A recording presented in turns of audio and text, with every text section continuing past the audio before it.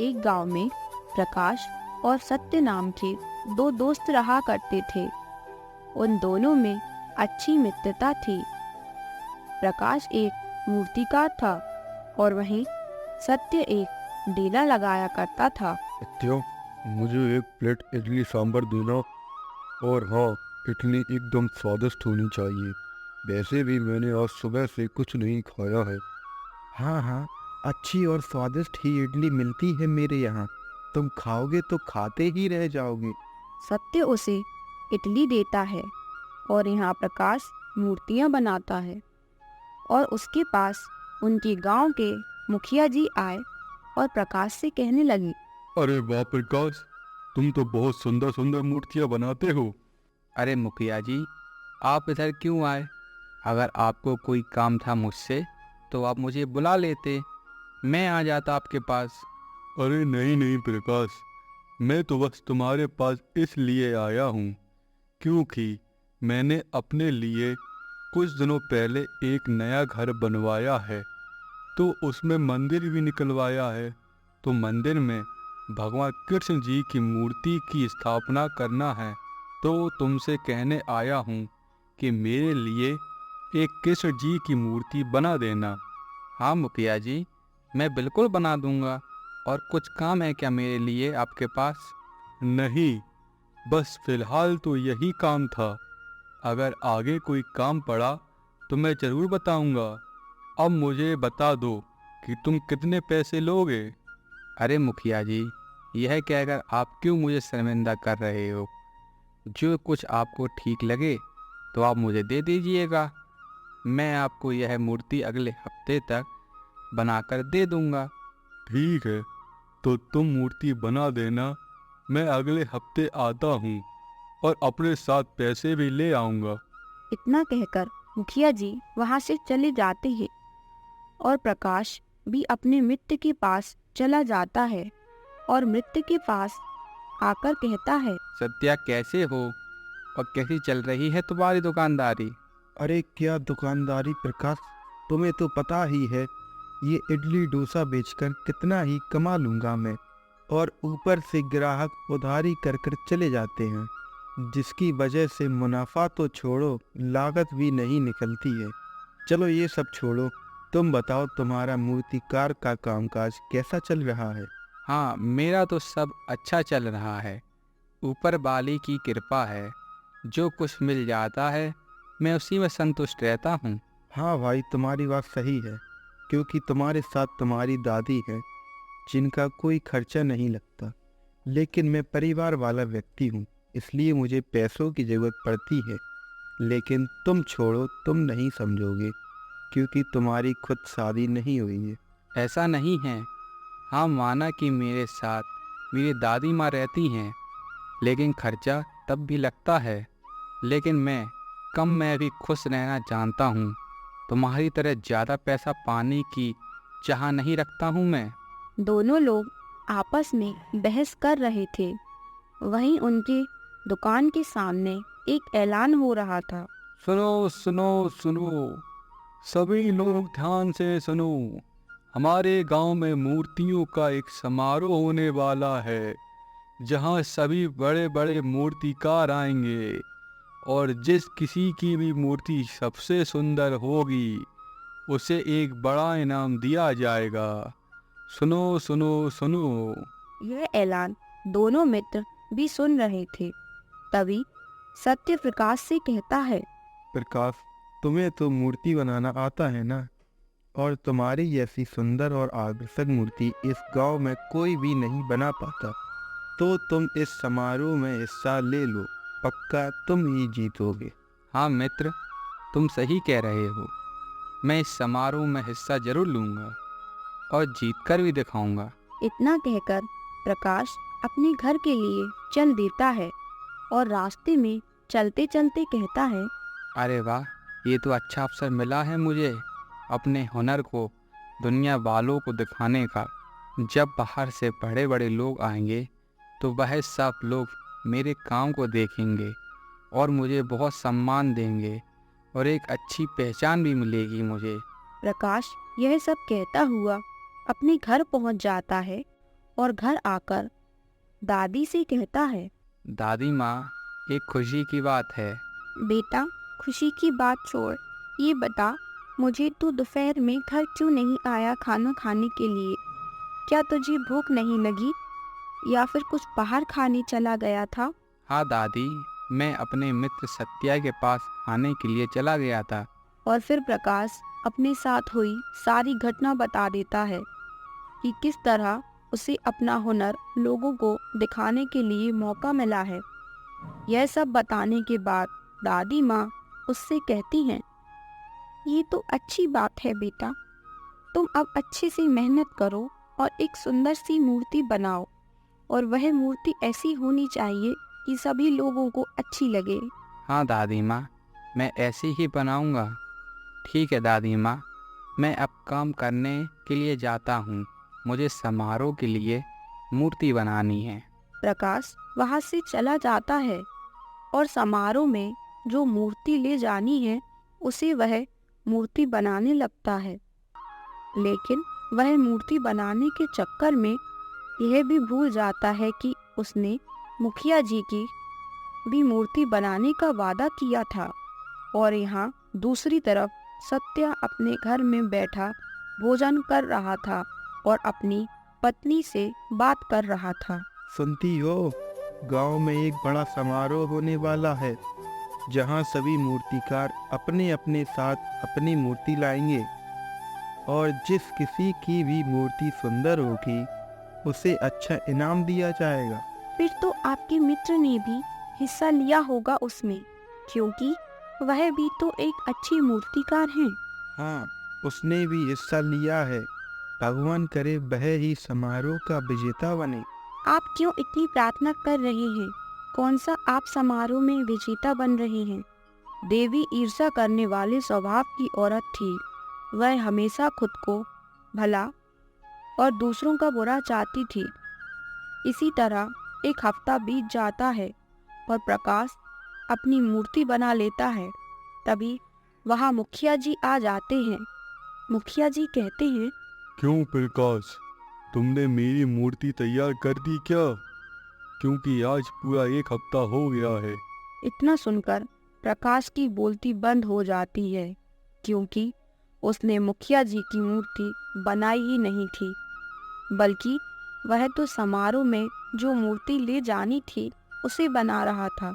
मुखिया जी, माफ़ करना, मैं आपकी मूर्ति नहीं बना पाया क्योंकि मैं समारोह के लिए तैयारी कर रहा था। लेकिन मैं आज ही आपकी मूर्ति तैयार कर दूंगा। आज कैसे तैयार करोगे? आज ही तो समारोह होना है और आज ही मेरे घर में मूर्ति की स्थापना होनी है, तो तुम मेरी मूर्ति कैसे बनाओगे? मुझे कुछ नहीं पता। तुम चाहे जैसे बनाओ, मेरी मूर्ति मुझे आज शाम तक किसी भी हालत में चाहिए, समझे तुम? इतना कहकर मुखिया जी वहाँ से चले जाते हैं। तभी सत्या वहाँ आता है, क्योंकि वह अपने मित्र के साथ समारोह में जाने के लिए आया था। प्रकाश, तुम तैयार नहीं हुए? क्या तुम समारोह में नहीं जा रहे हो?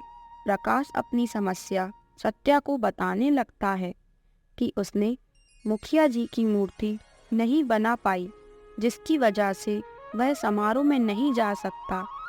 इतना सब सुनने के बाद सत्य प्रकाश से कहता है, प्रकाश, एक उपाय है मेरे पास, अगर तुम कहो तो मैं बताऊं।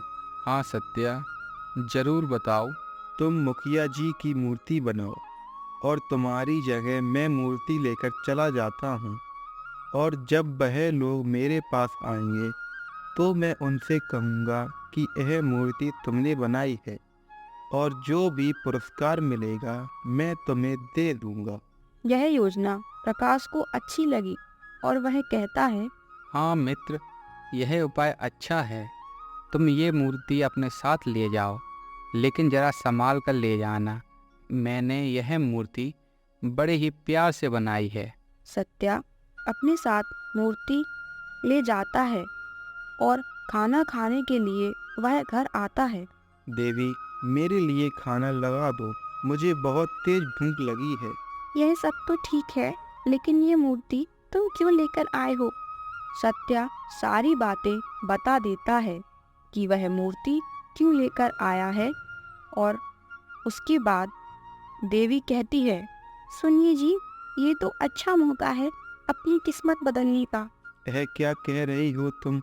मैं कुछ समझा नहीं। देखो, तुम ये मूर्ति लेकर जाओगे और तुम्हें तो पता है प्रकाश जैसी मूर्ति इस गांव में कोई भी नहीं बना पाता है, तो ये तो पक्का है कि जीतेगा प्रकाश ही। हाँ, ये तो पता है मुझे, इसमें कौन सी नई बात है? अजी सुनिए तो मेरी पूरी बात। तो वहाँ आप जाएंगे तो आप सबसे यह कहना कि ये मूर्ति आपने बनाई है और जो भी पुरस्कार मिलेगा वो अपन लोगों का होगा। ये सही नहीं है। उसने मुझ पर विश्वास करके ये मूर्ति दी है, तो मैं उसका विश्वास नहीं तोड़ सकता। देखिए, क्या पता कोई बड़ा पुरस्कार हुआ तो हमारी जिंदगी संवर जाएगी। देवी सत्या को मनाने लगती है और बड़ी देर तक मनाने के बाद सत्या मान जाता है। ठीक है, मैं ऐसा ही करूँगा। अब मैं चलता हूँ, वरना मुझे देरी हो जाएगी। यह कहकर सत्या वहाँ से चला जाता है और समारोह में पहुँच जाता है और अपनी मूर्ति रख देता है। वहाँ आए सभी लोग उसकी मूर्ति को देखने लगते हैं और कहते हैं, अरे वाह भाई, क्या मूर्ति बनाई है, सच में बड़ी सुंदर मूर्ति है। अरे यह मूर्ति एकदम सजीव लग रही है। ऐसा लग रहा है कि थोड़ी ही देर में चलने फिरने लगेगी। यह मूर्ति जिसकी भी है वह हमारे सामने है। जी, वो मेरी मूर्ति है। मैंने ही इसे अपने हाथों से बनाया है। आप बहुत ही सुंदर मूर्तियाँ बनाती हो। आज के विजेता आप हैं। हम लोगों को आपकी मूर्ति बहुत ही पसंद आई है। सच में आपने बहुत सुंदर मूर्ति बनाई है। ये लीजिए आपका पुरस्कार, 2 सोने के। सत्या उन लोगों से पुरस्कार ले लेता है और पुरस्कार लेकर घर आ जाता है और देवी से कहता है, देखो, जैसा तुमने कहा था मैंने वैसा ही किया है और 100 सोने के सिक्के भी जीत लिए। अरे वाह, मैंने कहा था ना आपसे कि हमारी जिंदगी बदल जाएगी। दोनों लोग आपस में बातें करके अपनी खुशी बांट रहे थे। तभी वहाँ प्रकाश आता है और घर के बाहर खड़ा होकर सत्या को पुकारता है। सत्या, ओ सत्या, बाहर आओ मित्र। सत्या आवाज सुनकर बाहर आता है और प्रकाश सत्या से कहता है, मित्र, मुझे पता चला है कि मेरे द्वारा बनाई गई मूर्ति ही प्रथम स्थान पर आई है, तो तुम मेरा पुरस्कार दे दो। कौन सा पुरस्कार दे दूं? वो तुम्हारा पुरस्कार नहीं है, वो मेरा पुरस्कार है, समझे तुम? यह तुम कैसी बातें कर रहे हो मित्र? वह मूर्ति मैंने बनाई थी, तो वह पुरस्कार ही मेरा ही होगा ना। तुम्हें जो कहना है कहो और तुम्हें जो करना है करो। मैं पुरस्कार नहीं दूंगा, यह बात समझ लो तुम। यह सारी बातें सुनकर प्रकाश वहाँ से चला जाता है और वह मुखिया जी के घर जाता है और उन्हें बुलाता है। मुखिया जी, ओ मुखिया जी, बाहर आइए, मुझे आपसे बहुत आवश्यक काम है। मुखिया जी बाहर आ जाते हैं और प्रकाश से कहने लगे, क्या बात है प्रकाश, तुम बहुत परेशान लग रहे हो और तुम्हें क्या हुआ है? कोई मुसीबत आन पड़ी है क्या तुम पर? प्रकाश अपने साथ घटित सारी बातें मुखिया जी को बताने लगता है कि किस तरह सत्या ने उसे धोखा दिया है। यह सारी बातें सुनकर मुखिया जी प्रकाश से कहती हैं, ठीक है, कल तुम पंचायत वाली जगह पर पहुंच जाना। मैं सत्या को भी बुला लूंगा। मैं कल ही तुम्हें न्याय दिलाऊंगा। इतना सुनकर प्रकाश वहाँ से चला जाता है और अगली ही सुबह सभी लोग वहाँ पंचायत की जगह पर आ जाते हैं और पंचायत शुरू होती है। सत्या, मुझे प्रकाश ने बताया है कि तुमने उसका पुरस्कार जबरदस्ती रख लिया है, जबकि वह मूर्ति उसने बनाई थी। नहीं मुखिया जी, वह मूर्ति मैंने स्वयं अपने हाथों से बनाई थी। यह झूठ बोल रहा है। मुखिया जी बहुत समझदार और चालाक इंसान थे। वह थोड़ी देर चुप रहे और कुछ देर बाद बोले, ठीक है, अभी पता चल जाएगा कि वह मूर्ति किसने बनाई थी। सुनो, यहाँ 2 बड़े बड़े पत्थर लाओ और मूर्ति बनाने में जो औजार उपयोग में आते हैं वह भी लेकर आओ। जो भी आप दोनों में से वैसी ही मूर्ति बनाएगा उसे ही वह पुरस्कार दिया जाएगा, और जो व्यक्ति झूठ बोल रहा है उसे सजा के तौर पर 10 सोने की मुद्राएं देनी पड़ेंगी। थोड़ी ही देर में उन लोगों के पास वह सभी चीजें उपस्थित करा दी जाती हैं जो मुखिया जी ने कही थी। प्रकाश मूर्ति बनाना शुरू कर देता है और सत्या मूर्ति बनाना तो छोड़िए, औजार ही ठीक से नहीं पकड़ पाता है, और कुछ समय पश्चात प्रकाश वैसी ही मूर्ति बना देता है और सभी लोगों को पता चल जाता है कि वह मूर्ति प्रकाश ने ही बनाई थी। और मुखिया जी कहते हैं, सत्या, अब तुम क्या कहना चाहते हो? क्या तुम अभी भी यही कहना चाहते हो कि मूर्ति तुमने बनाई है? नहीं मुखिया जी। तो इस तरह प्रकाश को अपना पुरस्कार सत्या ने लौटा दिया और प्रकाश को भी सच्चा न्याय मिला। और सही ही कहा गया है कि झूठ आप कितना भी बोल लें, लेकिन अंत में जीत सच्चाई की ही होती है। इसीलिए आप भी हमेशा सच बोलिए, झूठ कभी मत बोलिए। दोस्तों, आपको हमारी कहानी कैसी लगी कमेंट बॉक्स में ज़रूर बताइएगा, और अगर स्टोरी अच्छी लगी हो तो चैनल को सब्सक्राइब कीजिए और वीडियो को लाइक कीजिए। और अगर आपके पास भी सच्चाई और अच्छाई से भरी कोई कहानी है तो हमें ज़रूर बताइए। अच्छा, चलिए मिलते हैं हमारी नई कहानी के साथ।